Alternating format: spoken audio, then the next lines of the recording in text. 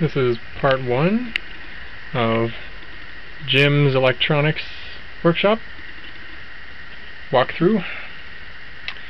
Got all kinds of good stuff in here.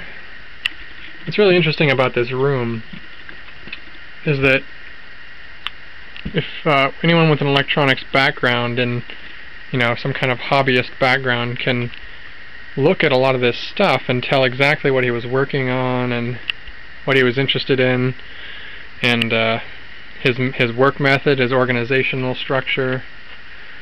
It's really quite fascinating stuff. So, he's got a spool of air hose there. He had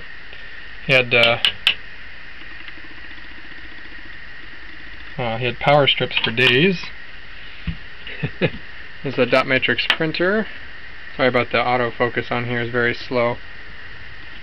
And just bins and bins and bins and bins. Lots of storage in here. And let's say, shall we start with the fans? We got fan, fan,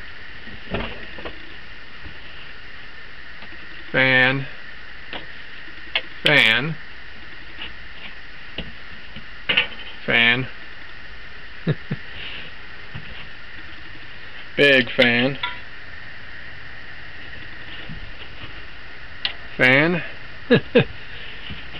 up there, fan. They're everywhere.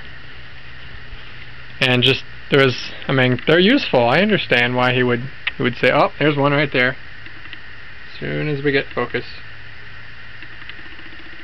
There we go. Fan right there. So, anyway, it all tells a really interesting story. I think one of the most interesting things in here has got to be this. This is a multimeter that Jim built. It's got a voltage readout.